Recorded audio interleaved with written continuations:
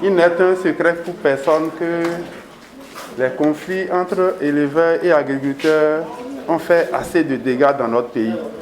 Et il est temps que des scènes de violence, souvent soldées par des morts ou des cas de blessures graves, soient complètement éradiquées. Le gouvernement du président Patrice Talon en est conscient et plusieurs actions sont mises en œuvre dans le cadre d'un arbitrage entre éleveurs et agriculteurs. Mieux, un comité a été mis en place pour recenser les potentialités et besoins agro-pastoraux des communes concernées.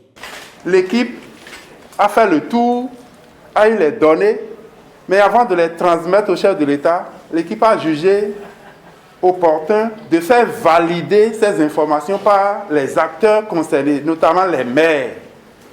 Une fois cette validation terminée, le document sera transmis au chef de l'État pour les actions concrètes à mettre en œuvre diligemment.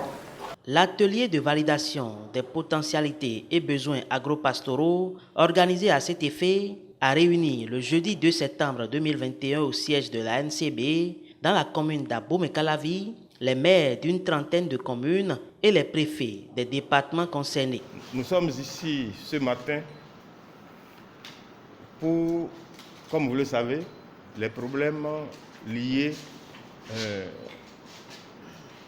à la transhumance qui s'observe dans notre pays et comme c'est de notoriété publique qui occasionne beaucoup de conflits, des dégâts aussi bien humains que matériels dans nos communes.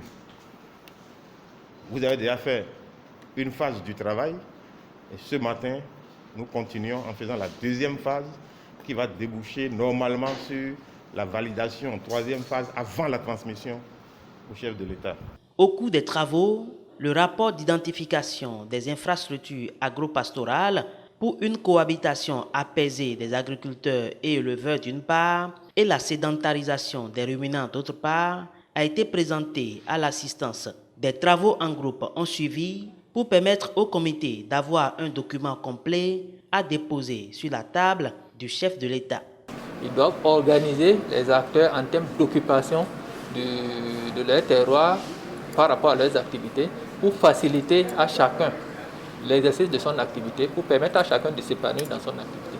Nous savons que l'agriculture et l'élevage, c'est la base, c'est le pilier de l'économie de notre pays. Donc il faudrait que dans chaque commune, que chacun puisse vraiment prendre le lead, surtout au niveau des élus, pour organiser l'espace et faciliter surtout les échanges, les discussions entre ces deux acteurs-là, agriculteurs et éleveurs.